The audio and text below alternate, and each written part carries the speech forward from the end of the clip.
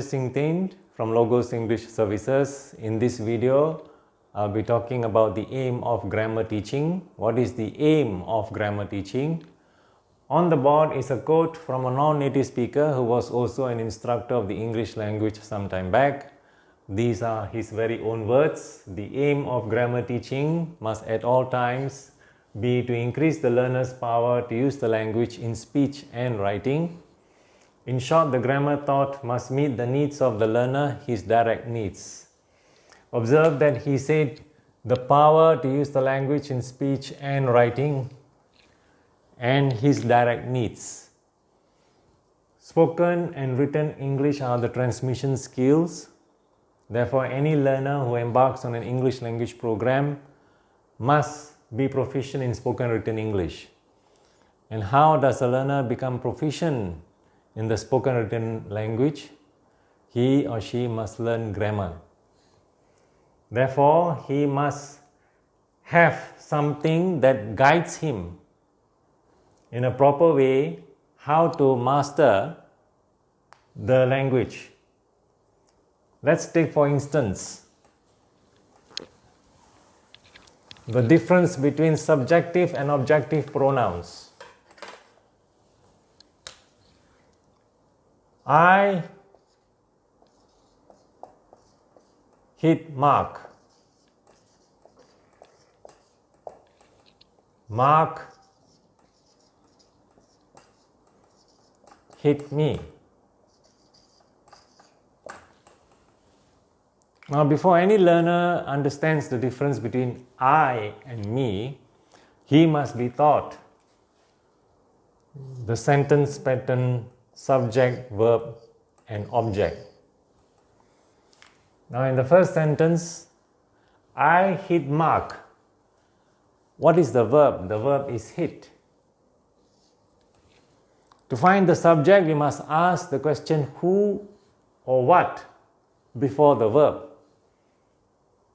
In this case, who hit Mark? The answer is I. So, I is the subject, S. This is the verb, hit. Is there any object here? Yes. In order to find out the object, we must ask the question whom or what after the verb. I hit whom? I hit Mark. So, Mark is the object. Now, let's look at the second sentence. Mark hit me. What is the verb? The verb is again hit. Always find the verb first. How do you find the subject? You must ask the question who or what before the verb. Who hit me? The answer is Mark. Mark is the subject. Hit is the verb. Is there any object in this sentence? Yes, there is. So how do we find the object in this sentence? We must ask the question whom or what after the verb. Mark hit whom? Answer, Mark hit me. So this is the object, me. Now, do you notice that I in the subject column here has turned into me in the object column here? So, I is the subjective pronoun because it is in the subject column. Me is the objective pronoun because it is in the object column. Therefore, students must be taught subject, verb, object before they really understand the difference between I and me, the difference between we and us, the difference between he and him, the difference between she and her, the difference between they and them, the difference between you and you also in the object column and the subject column. But before we proceed to teach subject, verb, object, a student must know grammar and the parts of speech that can be used to form the subject and the object. The subject can only be a noun or pronoun.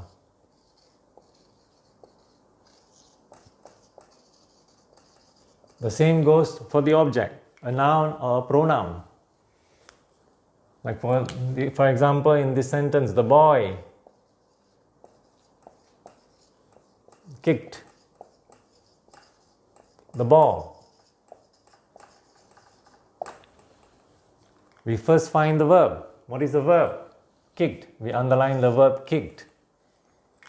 And we ask the question who or what before the verb. Who is for persons only. What is for animals and things. And in order to find the object, we must ask the question whom or what after the verb. Whom is for persons only. What is for animals or things. So what do we notice here? We notice that who always comes before the verb and whom always comes after the verb. That is the difference between who and whom. And we have to be very clear about the difference between who and whom when we want to know the subjective pronoun and the objective pronoun. The boy kicked the ball. Obviously, we must ask the question, who kicked the ball? And the answer is the boy.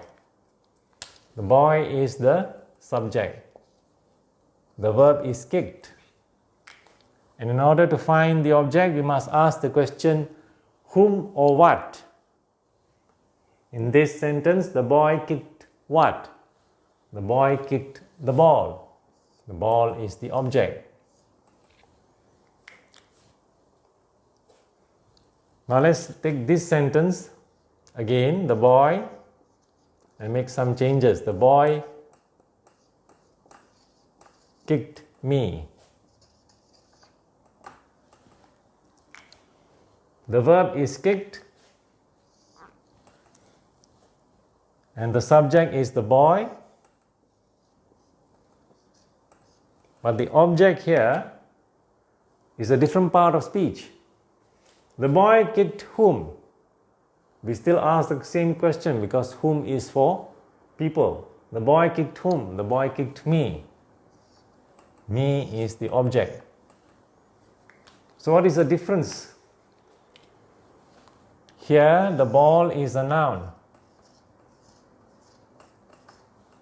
Here me is a pronoun.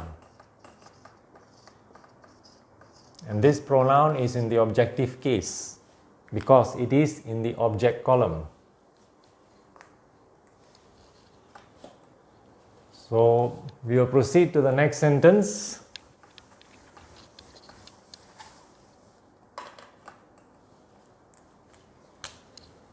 I know him. What is the verb? The verb is know. How do you find the subject? You must ask the question, who know him? Answer, I.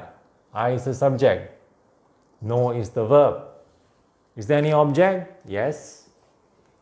I know whom? I know him. Him is the object. Now in this sentence, the subject is a pronoun I and the object is a pronoun him.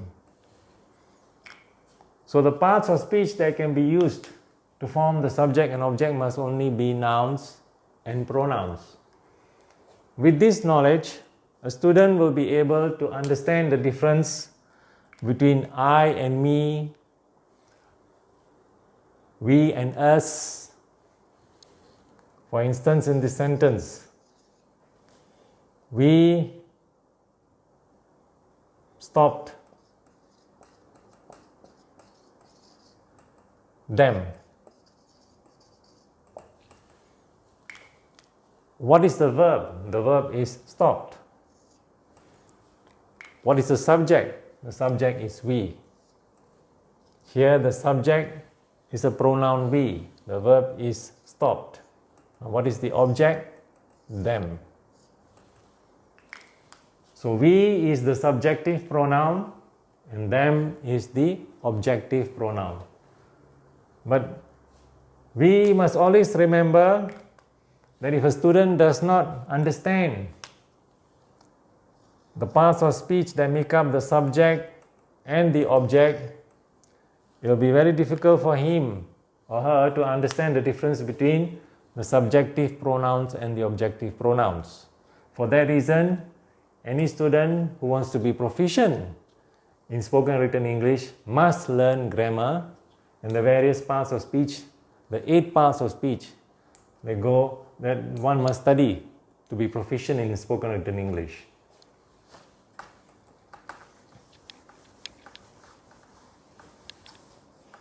So you must always understand that who always comes before the verb and whom always comes after the verb.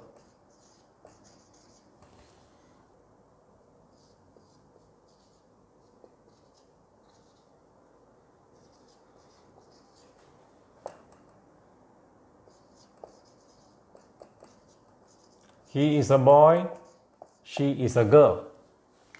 Now when students are asked to combine 2 simple sentences into 1 simple sentence, they may not be able to do so very well because they do not understand grammar.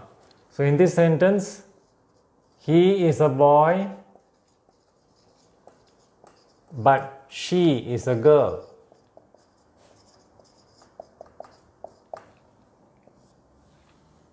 The coordinating conjunction but has been used to combine these 2 simple sentences above. So naturally, when a student learns about coordinating conjunctions and but or so, he or she will be in a better position to speak and write English proficiently because he or she has already learned how to combine sentences and they will understand the rules of the game. In this instance is the rules of writing sentences correctly. This is a quote by the same non-native speaker who was an instructor of the English language some time back. In his own words, the writing of English promotes proficiency in spoken English. The writing of English promotes proficiency in spoken English.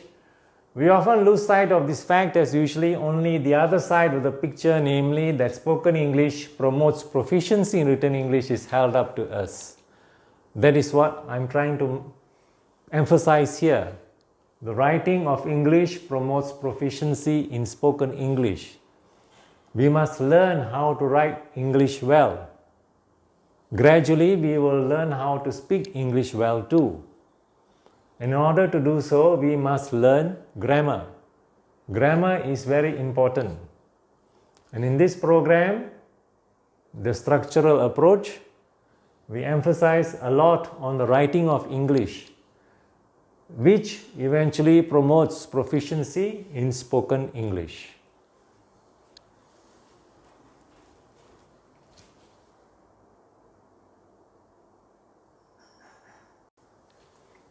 Join this program Learning Nouns on Thinkific.